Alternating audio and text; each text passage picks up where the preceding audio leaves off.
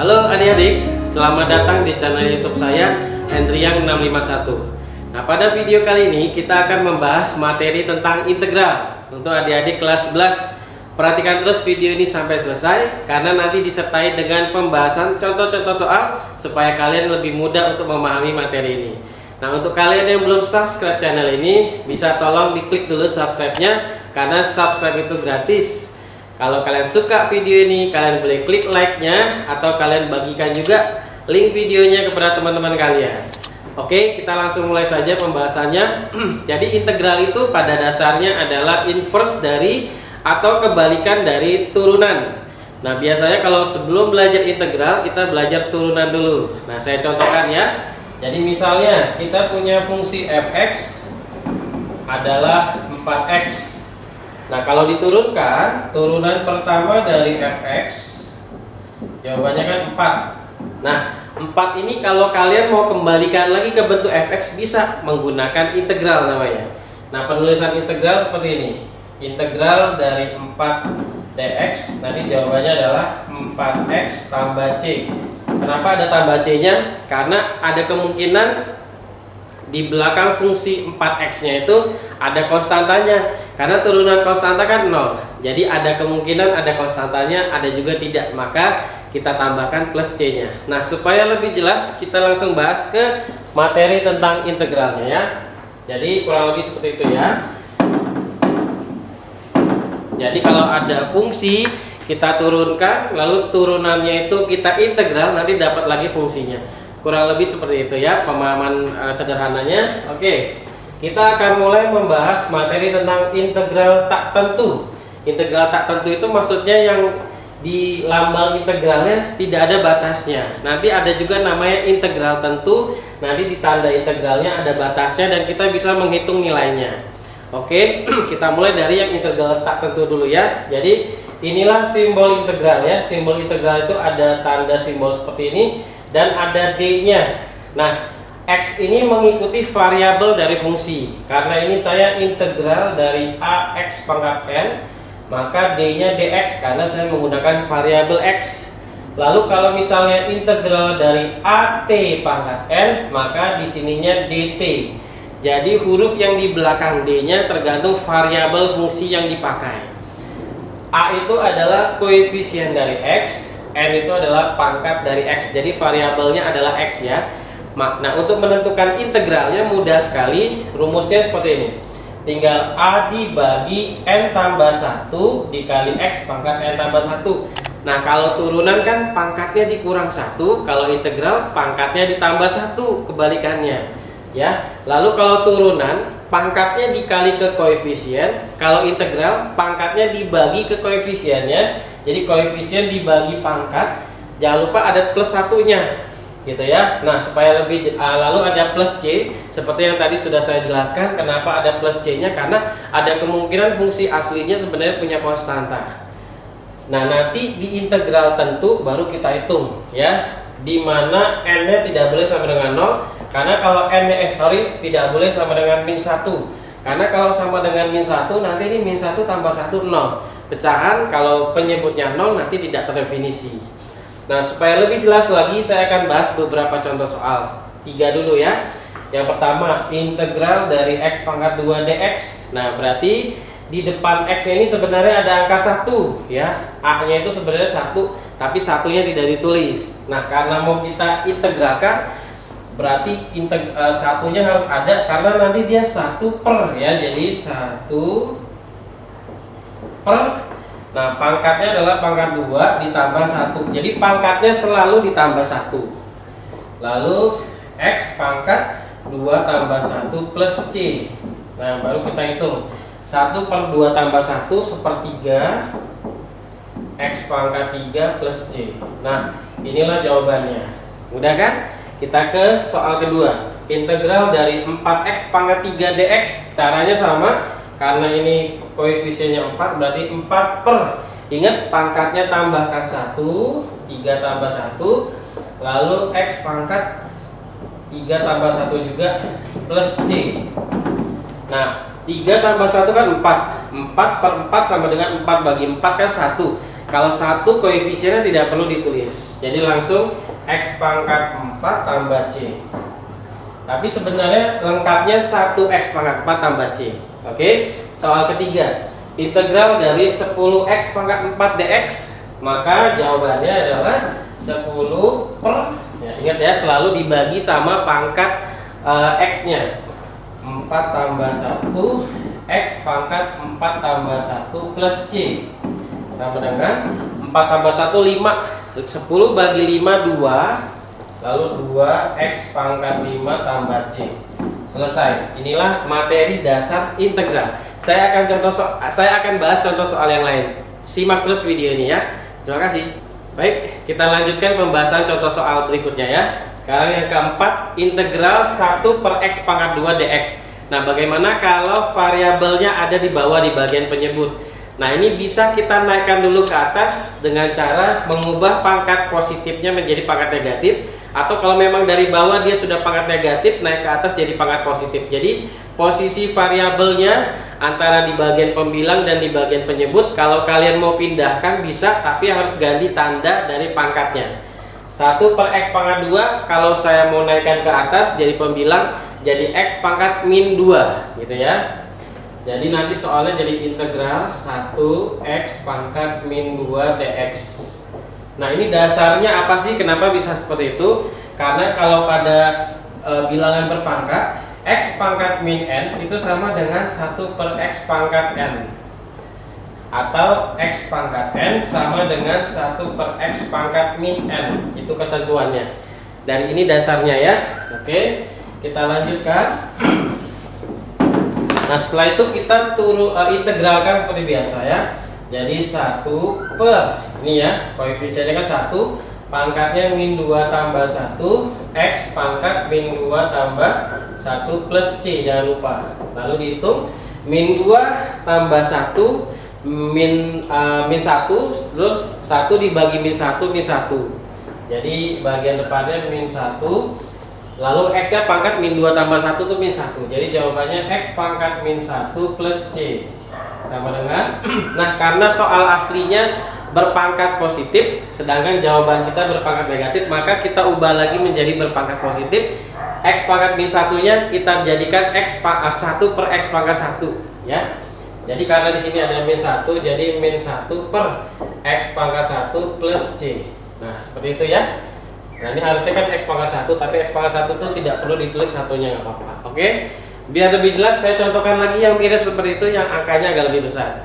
Yang kelima, integral 1 per X pangkat 3 dx. Maka kita ubah menjadi integral 1 X pangkat min 3 dx. Lalu kita integralkan seperti biasa, 1 per min 3 tambah 1 X pangkat min 3 tambah 1 plus C. Lalu dihitung min 3 tambah 1 min 2. 1 dibagi min 2 kan jadi min setengah ya. Min 1 per 2. Jadi minnya boleh kamu taruh di tengah kalau ada di salah satunya ya. Lalu X pangkat, oh sorry, ini bukan plus C ya, harusnya plus 1 min 2 baru plus C.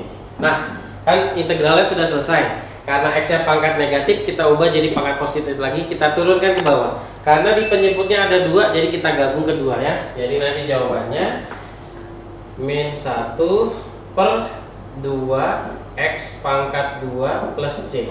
Nah, seperti ini, mudah-mudahan paham ya. Oke, sekarang saya contohkan bagaimana kalau integralnya hanya ada konstanta aja. Misalnya yang keenam, integral dari 3 dx. Nah, ingat, sebenarnya di sebelah konstantanya itu ada variabelnya juga, tapi variabelnya pangkat 0 karena X pangkat 0 itu 1, 3 kali 1 3. Jadi kelihatannya dia tidak punya variabel, sebenarnya ada variabelnya. Jadi integral dari 3 dx itu aslinya 3X pangkat 0 dx, sebenarnya ada X nya tapi pangkat 0. Baru nanti kita integralkan 3 per 0 tambah 1 X pangkat 0 tambah 1 plus C sama dengan 0 tambah 1 1, 3 bagi 1 3, lalu X pangkat 0 tambah 1 1, jadi X pangkat 1 tambah C. Nah, inilah hasilnya ya. Oke, Masih ada pembahasan contoh yang lain yang bentuknya akar bagaimana. Simak terus ya. Terima kasih. Oke, baik. Sekarang kita bahas contoh soal kalau dia ada bentuk akarnya bagaimana. Oke, contoh soal ke-7, 8, dan 9. Nah, kalau di dalam fungsinya ada bentuk akarnya, maka kita ubah dulu menjadi bentuk pangkat. Prinsipnya adalah yang ini ya. Jadi kalau ada bentuk akar pangkat M dari A pangkat N itu sama dengan A pangkat N per M.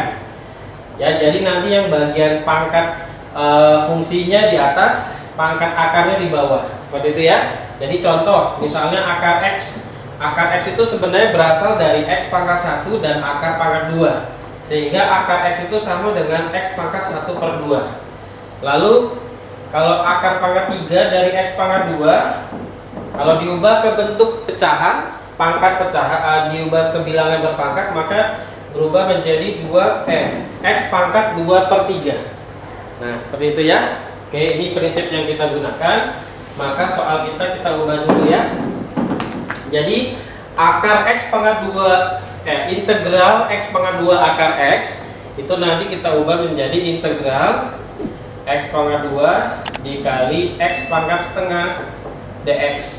Nah, kalau ada perkalian bilangan berpangkat yang bilangan pokoknya sama atau yang di bawah pangkatnya sama, itu pangkatnya tinggal dijumlahkan. Jadi ini jadi nanti X pangkat 2 tambah setengah. Nah, jadi integral X pangkat 2 tambah setengah. 2 tambah setengah itu kan berarti 2 setengah, sama dengan 5 per 2. Jadi X pangkat 5 per 2 dx. Nah, inilah yang kamu hitung. Jadi soal ini integral X pangkat 2 akar X dx sama dengan integral X pangkat 5 per 2 dx. Nah, ini yang kita kerjakan ya. Nah, seperti biasa tadi sebenarnya di sini ada 1. Jadi 1 per 5 per 2 ditambah 1. Nah, tapi karena di sebelahnya ada bentuk pecahan, satunya kita ubah jadi bentuk pecahan juga. Karena untuk menjumlahkan pecahan kita butuh penyebut yang sama. Karena di sini penyebutnya 2, maka satunya kita ubah jadi 2 per 2. Karena 2 bagi 2 juga 1. Ya kan? Supaya pecahannya bisa kamu tambah. Berarti nanti X-nya juga pangkat 5 per 2 ditambah 2 per 2 plus C. Ya. Lalu nanti ini jadi 1 per 5 per 2 tambah 2 per 2 itu tinggal tambahkan pembilangnya. 5 tambah 2, 7 ya. Saya tulis di sini ya. Jadi 7 per 2 X pangkat, ini 5 per 2 tambah 2 per 2 berarti 7 per 2 juga ya. Nah, lalu 1 per 7 per 2 itu sama dengan 1 dibagi 7 per 2. Karena pembagian di bawahnya ada pecahan, baginya kita ubah jadi kali. Lalu bagian pecahan yang bawah angkanya kamu balik, 7 per 2 dibalik jadi 2 per 7. Baru nanti 1 kali 2 per 7 tetap 2 per 7. Jadi 1 per 7 per 2 itu sama dengan 2 per 7. Oke, kita tulis di sini ya, 2 per 7. Lalu ini X pangkat 7 per 2. Nah, mirip seperti ini X pangkat 5 per 2. X pangkat 5 per 2 itu asalnya dari mana tadi? Dari X pangkat 2 dikali X pangkat setengah. 5 per 2 itu sama dengan 2 setengah. Nah, kalau 7 per 2 sama dengan 3 setengah. 7 bagi 2 itu 3,5. Jadi 3 setengah. Berarti berasal dari X pangkat 3 dan X pangkat setengah. Jadi nanti hasilnya adalah 2 per 7 X pangkat 3 dan X pangkat setengah. Nah, sedangkan X pangkat setengah itu sama dengan akar X. Jadi hasil akhirnya adalah 2 per 7 X pangkat 3 akar X plus C. Nah, inilah jawabannya ya. Oke, itu yang nomor 7. Kalau yang nomor 8 sebenarnya mirip kayak nomor 3 ya. Tapi bedanya ini malah lebih enak karena hanya ada bentuk akarnya saja. Jadi kita langsung ubah akar pangkat 3 dari X pangkat 2 menjadi X pangkat 2 per 3 menggunakan prinsip yang tadi saya sebutkan ya. Jadi nanti ini berubah menjadi integral X pangkat 2 per 3 dx. Nah, langsung kita integral karena sudah dalam bentuk X ya. Jadi ingat, kalau nggak ada angka di depannya sebenarnya ada 1 per 2 per 3 tambah 1. Nah, seperti tadi, karena depannya 2 per 3 pecahan, penyebutnya 3, maka satunya diubah menjadi 3 per 3 supaya penyebutnya sama. Karena 3 bagi 3 1 juga, ya kan? Lalu X pangkat sama 2 per 3 ditambah 3 per 3. plus C, jangan lupa ya. Sama dengan, lalu 2/3 ditambah 3/3 sama dengan 5/3. 1 dibagi 5/3 sama dengan 1 kali 3/5 dibalik ya, ingat ya tadi. Kalau ininya 5 kalau ininya 2 bagaimana? Misalnya 2/5/3. Caranya sama tetap. Berarti nanti ini jadi 2 kali 3/5 sama dengan 6/5 kalau ininya 2. Tapi karena soal kita 1/5/3, nanti jadinya 3/5, tinggal dibalik aja angkanya ya. Mudah-mudahan kalian paham. Jadi ini nanti 3/5, X pangkat 3/5 juga, bukan, X pangkat 5/3. X pangkat 5/3 itu berarti asalnya dari X pangkat 3/3 ditambah 2/3, sama kayak gini ya. Berarti nanti X pangkat 3/3 nya X aja, karena 3 bagi 3 1, sisanya 2/3, berarti akar pangkat 3 dari X pangkat 2 plus C. Nah, mudah-mudahan paham ya. Oke, sekarang yang terakhir yang ke-9, integral dari 7X dibagi akar pangkat 5 dari X pangkat 3. Nah, ini agak lebih panjang caranya ya. Oke, kita kerjakan pelan-pelan. Pertama, 7X nya kita biarkan dulu.